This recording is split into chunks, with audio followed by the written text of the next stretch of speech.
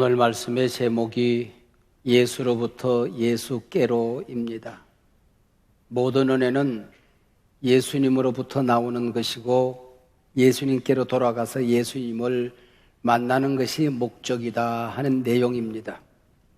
모든 치유는, 모든 감동은, 모든 이적과 기사와 표적은 예수님께로부터 나오는 것이다. 예수님께로 돌아가서 예수님 만나야 완성이 된다 하는 말씀입니다. 오늘 본문은 우리가 너무나 잘 아는 얘기지요. 10명의 나 환자가 예수님을 만나 치유를 경험합니다. 9명은 치유를 경험하고 세상으로 돌아갔습니다. 꼭 이방인 1명만이 치유를 경험하고 예수님께로 돌아와 예수님을 만납니다. 오늘 본문 이 모습은 은혜 입은 사람들의 축소판입니다. 오늘 우리 예배드리는 이 현장의 축소판입니다. 예배드리면서 하나님의 말씀을 받습니다. 감동을 받습니다. 은혜를 받습니다. 감동만 받고 세상으로 나가는 사람들이 있고 그 감동을 끌어안고 예수님을 만나는 사람들이 있습니다. 모든 은혜는 예수님으로부터 나온다. 모든 은혜는 예수님께로 돌아가서 예수 만나야 한다 하는 것이 본문의 메시지입니다. 사마리아와 갈릴리 사이 어느 구석진 마을에 각자 살던 동리에서 쫓겨나 모여 살던 나 환자들이 있었습니다. 예수님께서 지나가신단다 소문을 들었습니다. 소식을 들었습니다. 여러분이 이 세상 살아가다가 나쁜 소문을 듣느냐 좋은 소문을 듣느냐, 이게 인생의 갈림길이에요. 세상 썩은 얘기, 어지러운 얘기, 우리의 영성을 혼란시키는 소식이 자꾸 들린다. 경성하셔야 됩니다. 기도하셔야 됩니다. 복음이 뭔지 아십니까? 굿뉴스, 좋은 소문입니다.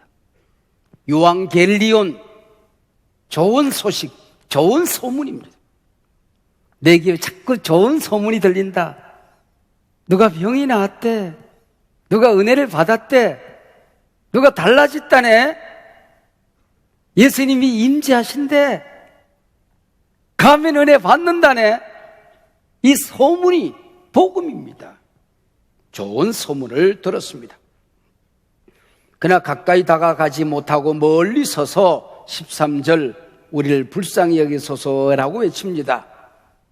예수님께서 이들을 보시고 14절 가서 제사장들에게 너희 몸을 보이라 말씀하셨습니다. 당시 이 사람이 한센시 병에 걸렸구나 진단하는 사람이 제사장이었습니다. 고침을 받게 되면 이 사람의 병이 완치되었구나 판정 내린 사람이 제사장이었습니다. 가서 보이라고만 했지 나을 것이다, 나았느니라 예수님의 말씀이 없습니다. 그 말씀 붙들고 마을로 들어간다고 할지라도 마을을 통과할는지 의문입니다. 나 환자들이 10명이나 때려 몰려올 때 사람들이 돌을 던져 쫓아낼 수도 있습니다. 근데 10명의 나 환자들은 말씀 붙들고 들어갑니다. 근데 보세요, 14절 하반절, 그들이 가다가, 마을로 들어가다가 깨끗함을 받은지라. 할렐루야. 예수님 우리를 불쌍히 여기소서 예수님을 부를 때 아직 나병 환자였어요. 예수님께서 가서 제사장들에게 내 몸을 보이라 말씀하실 때도 여전히 나병 환자였습니다. 그러나 가다가 깨끗함을 받은지라. 한센시 병이 나았다고 하는 것은 오늘도 마찬가지겠지만은 그 당시엔 기적 중에 기적이죠. 저주에서, 죽음에서 살아난 것입니다. 그런데 예수님께로 돌아와 큰 소리로 하나님께 영광 돌리고 감사한 사람은 이방인 한 사람이었다고 하는 것입니다. 9명의 유대인들은 약속이나 했다는 듯이 각자 자기 집으로 돌아가 버렸습니다. 이런 모습 보시고 17절 예수님께서 뭐라 말씀하십니까? 10사람이 다 깨끗함을 받지 아니하였느냐? 그 9은 어디 있느냐? 주님이 찾으십니다. 한소만 가지고 10명 모두 구원받은 것 아니냐? 근데 왜 달라지는 사람은 이방인 한 사람이냐? 그 9은 어디 있느냐? 그 얘기지요. 감사 특파원을 통해서 10명 모두 은혜 받고 감동받은 것 아니냐? 근데 그 9은 어디 있느냐? 그 얘기지요. 지난 1년 내가 너희를 사랑했다, 너희를 지켰다, 너희를 돌봤다, 내가 뜨거운 사랑으로 너와 함께하지 않았느냐? 10명 다 은혜 받지 않았느냐? 그래, 그 9은 어디 있느냐? 그 얘기입니다. 행여나 내가 그 9 속에 포함되어져 있다고 한다면 이건 비극이죠. 불행이지요. 10명 모두 큰 고통이 있었습니다. 외로움이 있었습니다. 모든 자존감, 자신감이 무너졌습니다. 살아갈 희망이 없습니다. 길이 보이지 않습니다. 10명 모두 예수 소식 들었습니다. 부르짖었습니다. 하나님의 능력을 믿었습니다. 10명 모두 치유를 받았어요. 가다가 나음을 입었습니다. 여기까지는 예외가 없어요. 10명 모두 치유를 경험했습니다. 예수 믿고 늘 받을 것만 생각하는 사람들이 있어요. 10년 교회 다녀도 믿음이 성장되지를 않아요. 평생을 믿었는데 변화되지를 않아요. 이기적인 신앙이 사라지지가 않아요. 그러나 받은 것 감사하고 예수님께 돌아오는 사람, 예수 만난 사람, 그에게서 변화와 성장이 일어나게 되는 것입니다. 그 속에 감격이 있어요.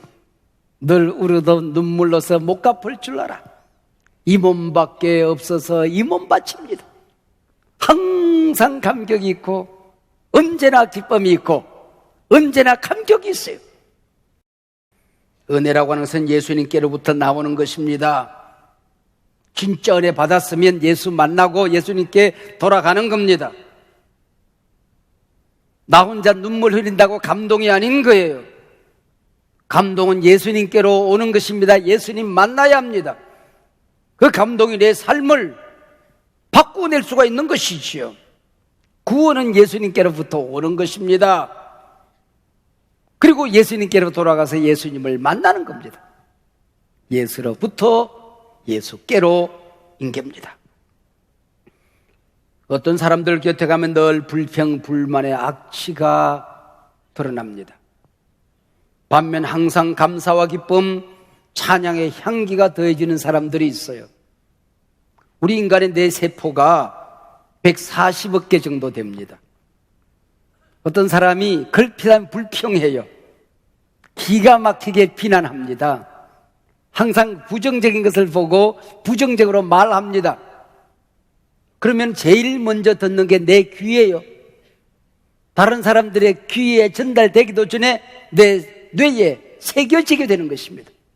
그래서 똑같은 상황이 있을 때마다 새겨졌던 불평이 저절로 입을 통하여 튀어나오는 거예요. 문제가 있을 때마다 기가 막힌 논리가 만들어집니다. 그리고 그 논리를 따라서 또 불평합니다. 그래서 불평 체질이 되는 거예요. 불평적 인간이 되는 거예요. 불평적 존재가 되는 것입니다. 어떤 사람이 찬송을 합니다. 감사를 합니다. 항상 격려합니다. 긍정적인 말을 합니다. 항상 긍정적인 것을 봅니다. 생명의 능력이 그에게 더해지는 거예요.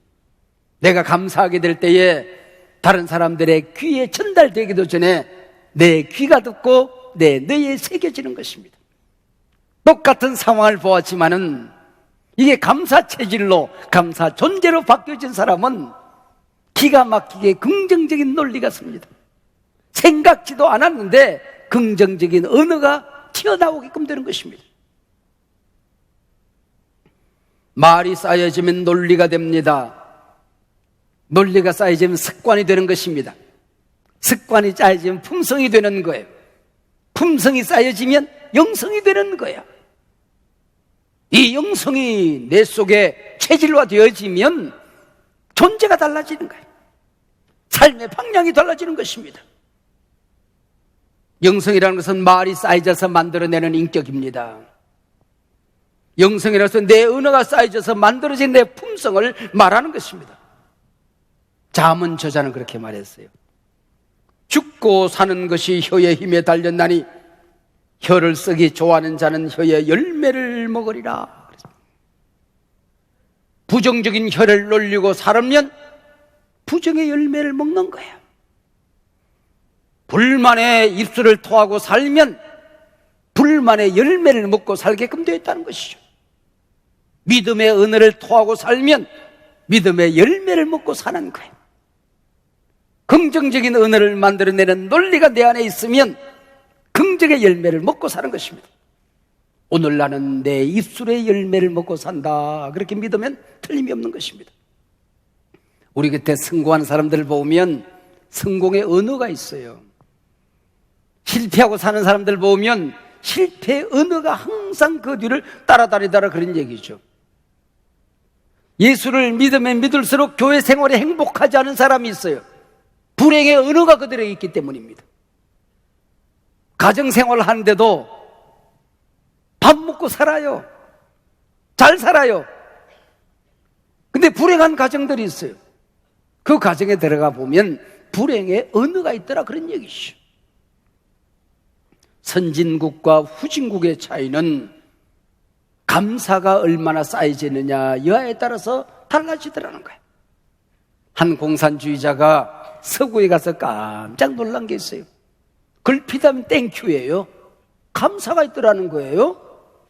근데 공산사회에서는 감사가 없는 겁니다. 투쟁해서 얻은 건데, 내가 피 흘리고 얻은 건데 뭘 감사할 게 있냐, 그런 얘기죠. 한 신학자는 그렇게 말했습니다. 하나님께서 인간을 저주하실 때는 실패와 질병과 고난으로 저주하지 않는다. 그에게서 감사를 뺏어간다. 감사의 언어를 뺏어간다. 감사의 마음을 빼앗아간다. 그게 저주다라고 얘기했습니다. 여러분, 나도 모르게 자꾸 불평과 원망 자꾸 쌓여지고 기쁨과 감사의 은혜가 사라졌습니까? 기억해야 됩니다. 행여나 하나님이 나로부터 감사의 은혜를 빼앗은 저주는 아니지 말이에요. 감사하느냐 불평하느냐 여에 따라서 가는 길이 달라지더라, 그런 얘기. 놀라운 치유 앞에 가는 길이 달라집니다. 성공하고 출세한 다음에 발걸음이 달라집니다. 10명의 나원자가 야호 소리를 질렀지만 야호의 의미가 달랐던 거죠. 15절 16절에 보면 그 중에 한 사람이 자기가 낳은 것을 보고 큰 소리로 하나님께 영광을 돌리며 돌아와 예수의 발 아래 엎드려 감사하리라. 그때 예수님이 그 아홉은 어디 있느냐 찾으시는 거죠. 어떤 사람은 내가 이게 진짜 나은 게 맞을까? 잠시 일어나는 예수님 말씀 들은 내 심리적인 작동 아닐까? 확실하게 나은 다음에 가리라. 뭔가 곱씹다가 주님을 만나지 못하는 거예요. 어떤 사람은 가기는 간다. 이 모습 보고 갈 수는 없지 않느냐? 목욕하고 옷이라도 한 벌 새 옷 사 입고, 아니 취직하고 명함 떡 박아가지고 예수님 저 이렇게 됐습니다. 좀 거드름을 피우고 가고 싶었어요. 근데 세상에 빠져서 못 가고 마는 겁니다. 어떤 사람은 아니 제사장에게 몸보이라고 말씀하시는 것, 그거 가지고 뭐 감사까지 받아 잡수실 게 뭐 있어? 하나님의 아들이면 예수님이면 메시아면 당연히 그러고 사셨던 것인데 뭐 늘상 하던 말씀 아니야. 그래가지고 내가 가서 뭐 감사까지 할 게 뭐 있어? 그리고 안 가는 겁니다. 그리고 어떤 사람은 나병으로 가정에서 쫓겨날 때에 돌 던진 사람, 집안에서 모질게 말한 그 삼촌, 그리고 친구에게 갔더니 이 사람아 가까이 오지 마. 그리고 나를 멀리했던 사람, 내가 낫기만 해봐라, 요달 뽐때를 보일 것이라. 그 사람도 두들겨 패로 다니다가 주님 말씀 못 간 거예요. 어떤 사람은 기분 좋다고 소고기 먹지요. 그리고 구워서 오늘도 한 잔, 내일도 한 잔, 떡 술독에 빠져서 못 가는 거예요. 어떤 사람은 얼마나 그리웠던 가족입니까? 가족을 만납니다. 친구를 만납니다. 처갓집에 가서 장인어른 제가 나았어요. 옛날보다 더 건강해졌어요. 자랑으로 다니다가 주님 앞에 못 가는 거예요. 어떤 사람은 집에 갔더니 집이 텅 비어 있어요. 웬일이가 물더니 옆 사람에 허허 마누라가 고무신 거꾸로 신었대야. 그 마누라 찾아다니다가 화 딱 찍어 나가지고는 그냥 이제 폐인이 되어서 살아가는 거예요. 여러분, 은혜 받을 수 있어요. 감동 받을 수 있어요. 치유받을 수 있어요.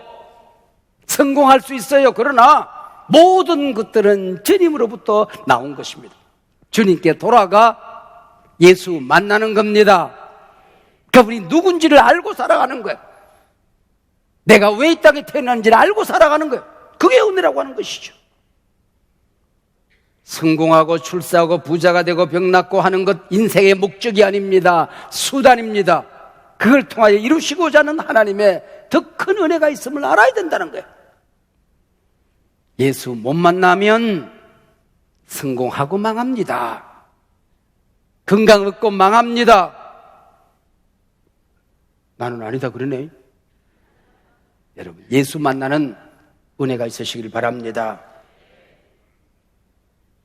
우리가 잊지 말아야 될 건 많지요. 은혜를 잊지 말아야 되는데 날 구원하신 하나님의 은혜 우리가 잊지 말아야 됩니다. 자격이 있어 내가 구원받았습니까? 공로가 있어 구원받았습니까? 예수님이 땅에 오셔서 피 흘리시고 내 죄 다 덮으시고 담당하시고 아무런 구원받을 조건도 자격도 없는데 날 구원해 주신 하나님 앞에 감사해야죠. 구원에 감사를 안고 주님 앞에 돌아가 너를 우려던 눈물로서 못 갚을 줄 알아. 그러고 살아야죠. 그리고 성령님이 내 안에 와 계시는 것. 이 좁은 구속에 이 왜소한 인격에 냄새나는 내 안에 성령님이 와 계신데요. 이거 감사한 일 아닙니까?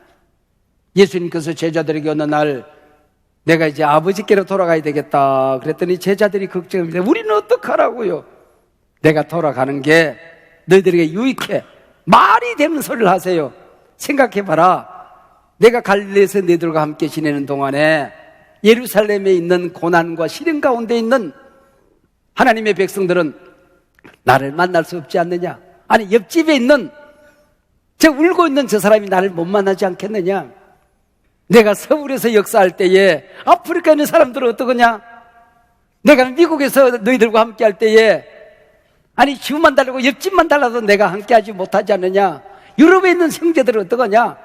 내가 가면 또 다른 보혜사를 너희에게 보내줄 것이다. 성령을 보내줄 것이다.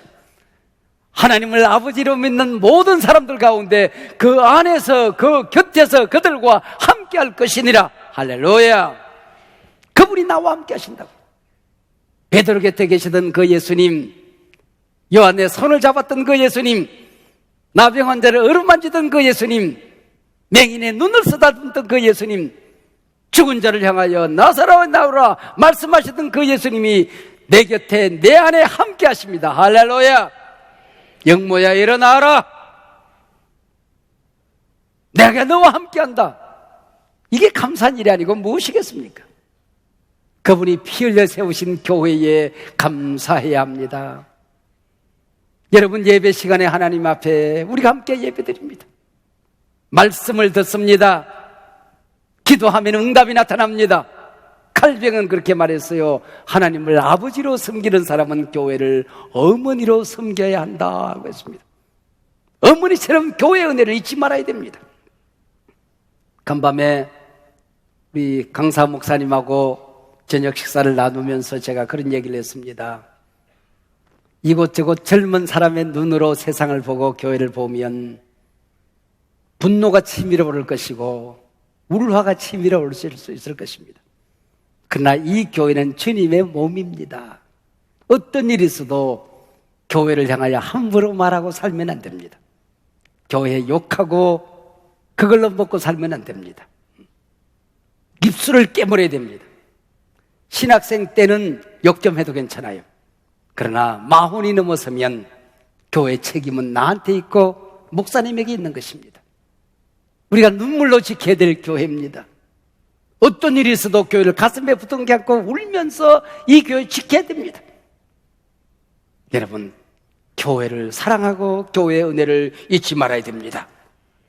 날 낳아주신 부모님, 그 은혜 잊지 말아야 됩니다. 아니, 철없는 나를 두고 일찍 돌아가신 내 아버지 은혜 잊지 말라고요? 그렇습니다. 잊지 말아야 됩니다. 등록금도 제때 못 준 내 어머니의 은혜를 잊지 말아야 된다고요? 그렇습니다. 그분이 없었다고 한다면은, 그분의 피를 타고 난 나로서는, 그분이 없었다고 한다면 내가 어찌 이 땅에 태어날 수가 있겠습니까? 8살 어린 나이, 호르몬에 맡겨진 버려진 나이였습니다. 길거리 불량배가 될 수도 있었을 것이고, 남들 학교 갈 때 깡통 들고 이 골목 저 골목 헤매는 거지아이가 되어서 살 수도 있었을 겁니다. 평생 남의 집 머슴살이하고 살 수도 있었을 것입니다. 그러나 쌀밥은 못 먹였지만은 하나님의 말씀을 먹였습니다. 따뜻한 옷을 입혀주지는 않았지만은 어머니 눈물의 기도로 나를 입혀서 키웠습니다. 너는 하나님이 지킬 거야. 하나님이 함께 할 거야. 새벽마다 울면서 평생을 기도하셨고, 금요일이 되면은 목사가 된 다음에는 항상 금식을 하셨던 내 어머니, 그분이 없었다고 한다면 오늘의 내가 있을 수 있겠습니까? 여러분, 세상 살기 만만치 않았지만은 밥 굶어 본 적 없습니다. 옷 벗어 본 적 없습니다. 공부하고 싶을 때 공부 못 해본 적 없습니다. 어찌 믿음의 내 어머니, 착하신 내 아버지 피를 타고 태어난 것, 내 아버지, 내 어머니에게 감사하며 살아야지. 불평은 있을 수가 없습니다. 감사하면서. 이게 은혜가 아니고 무엇이겠습니까? 의지할 데가 없어서 하나님만 의지하고 살았습니다. 그게 복이죠. 모든 것이 합력하여 선을 이루었습니다. 여러분, 잘나서 그 자리에 앉아 있습니까? 가질만 해서 가졌습니까? 누릴만 해서 누렸습니까? 은혜 아니면 아니 되었던 일들 아닙니까? 하나님의 은혜 아니었습니까? 예수님께 돌아올 때 예수님 뭐라 말씀하십니까? 일어나 가라, 내 믿음이 너를 구원하였느니라. 할렐루야. 감동만 안고 살아가지 마세요. 치유만 안고 살아가지 마세요. 성공만 안고 살아가지 마세요. 주님께 돌아와야 됩니다. 그 아홉은 어디 있느냐? 책망하기 위해서가 아닙니다. 얘들아, 내가 가라고 그랬더니 가다가 나왔지? 그래. 예수님이 당신의 공로를 드러내기 위해서가 아닙니다. 더 큰 은혜 주시기 위하여, 더 큰 축복을 주시기 위하여 주님이 우리를 찾으시는 것입니다. 자그마한 반딧불 하나를 얻었습니다. 하나님 앞에 그것 들고 감사할 때에 하나님께서 전등을 우리에게 주어서 그만 이 세상, 길 없는 세상 길 찾아다니게 하는 것입니다. 그 전등 감사할 때에 달빛을 주시는 것입니다. 어두운 세상 헤쳐나갈 때에 하나님이 승리하며 살 수 있도록 우리를 도와주시는 것입니다. 그 달빛 감사하게 될 때에 햇빛을 주어서 어디 가든지 간에 어둠이 사라집니다. 고난이 떠나갑니다. 부정적인 것들이 바뀌어집니다. 그곳은 빛과 사랑이 언제나 찬란하게 넘치게 되는 햇빛을 주시는 것입니다. 햇빛 보고 감사하게 될 때에 영원히 나와 함께 살자 천국 빛으로 우리를 인도하여 주시는 것입니다. 오늘도 주님 말씀하십니다. 돌아오라. 돌아와. 나랑 살자. 내 안에 은혜가 있다. 내 안에 모든 것이 있다. 예수로부터 예수께로.